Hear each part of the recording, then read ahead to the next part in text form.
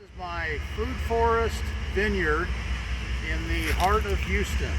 The location is a little bit unusual for this sort of a garden, but I've got two varieties of grapes, Lamanto and Black Spanish. That's because European varietals like Cabernet Sauvignon and Merlot and those sorts can't be grown on the Gulf Coast because of a disease called Pierce's disease. And the Black Spanish and the Lamanto are both they're resistant to that. So as you can see, grape clusters that are these are green right now, but here soon they'll be black. And we'll be harvesting and making wine. Okay. Let's go inside and take a look.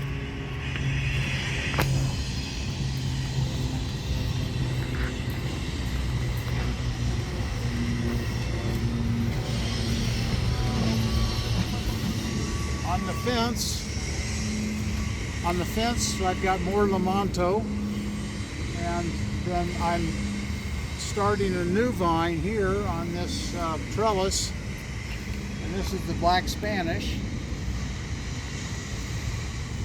Last year with the Lamanto, I ended up with 24 gallons of red wine, which the ultimate goal is to make red wine.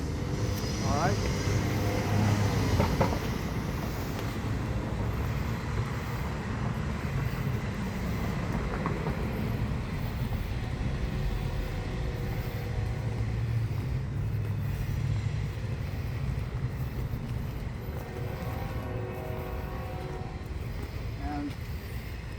Come over here, and you can, Jason, come over this way and then just kind of slowly pan around.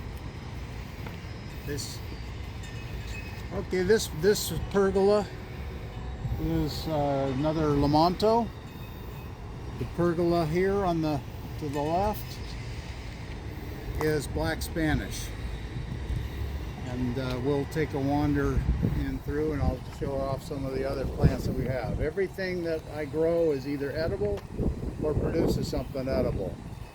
Of course, God grows weeds, so you know, he and I have some disagreements about that, but so far he's winning.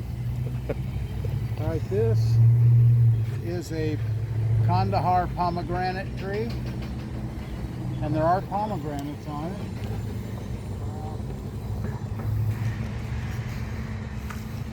Here's an example. It's a little pomegranate, but from little pomegranates grow great big pomegranates, so we're hopeful. Okay. Then over this direction, we'll just walk here and then down the center. Over here, this is an olive tree.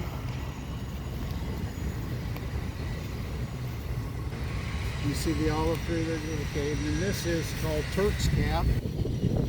And my wife makes a tea from the very prolific red flowers that come out by the thousands on this thing. She dries them out and makes a red tea out of that. Coming this way.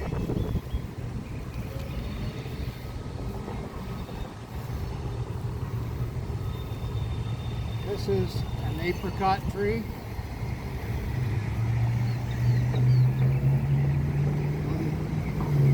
Raised bed over here. We have goji berry. And this is some okra. Now you'll notice I don't have grass. I just use wood chips. And what happens, I put these wood chips down and they last for about a year. They last for about a year, and then I harvest them and I top off my raised beds. And it makes an incredible potting soil, if you will. This is what is this? This one's a nectarine tree.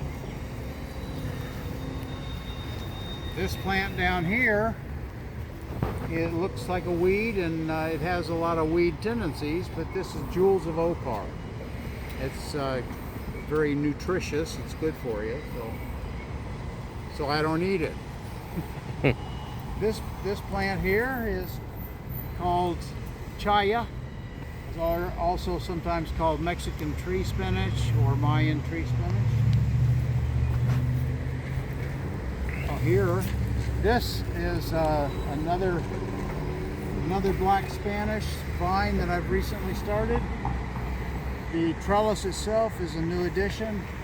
I made that when they tore down the house next door. The little lady there had a real old crepe myrtle, and I harvested the wood from that. So I added this trellis, and even all of this trellis work here that I connected to the pergola, and it's already just in a couple, 2 or 3 months at the max, it's already covered it up with grapevines. So I think it's pretty remarkable. Come in this direction, of course, we've got over here to the left, we have a fig tree, mystery fig tree, because we just got a cutting out there on the street from a fig tree that was just growing in somebody's yard, and we just took a little cutting off of it. Over in the corner, we have elderberry. This tree is a mulberry tree, and this year we have harvested mulberries probably over a week. Every night we would come out and shake it. We had tarps laid out underneath. We would shake the tree and harvest those berries, and I'm gonna make some wine out of that. We'll see how that works out. Another chaya. This tree over here is a persimmon. It's a Fuji persimmon. This is a Celeste fig tree, which this is one we know what it is because we actually purchased this one. Here we've got basil. We've got these elephant ears, our Vietnamese elephant ears, and you can eat the stalks, which my wife does. She peels them and cuts them up and puts them in soup. We also have moringa tree, moringa here, and over here. Those are a very nutritious plant as well. This is one of my trellises, and I got kind of artsy when I welded this together, and this is a bird. You can see the head of the bird here if you've got a creative eye, and the sweeping there. It's all obviously covered up now with all the blackberry that's on it. This is yucca.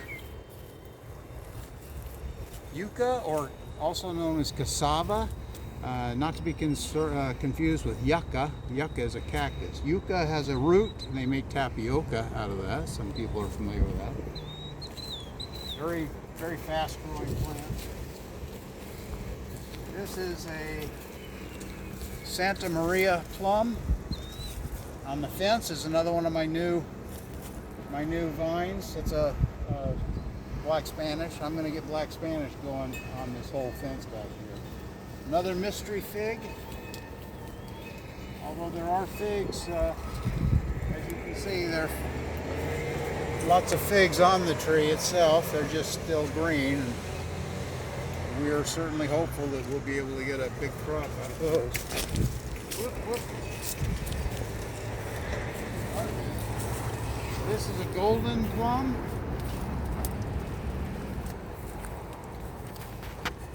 This is more okra.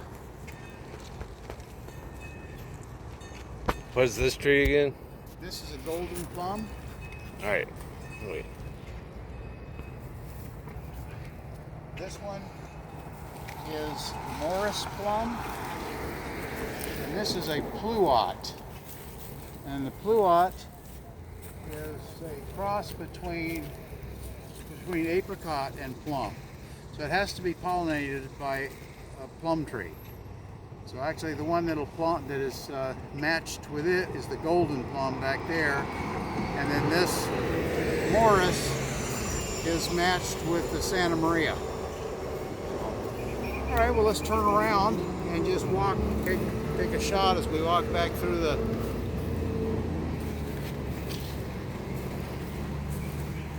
end our tour around here, get a good capture and the pergola. With the grapes, most guys who grow grapes for wine, which I do, they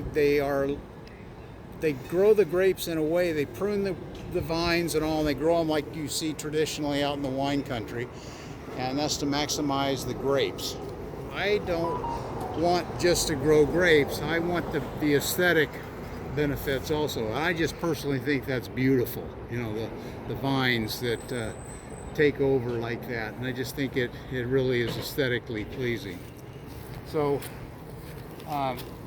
that's a quick view of my Houston food forest and vineyard, and I hope you enjoyed the tour.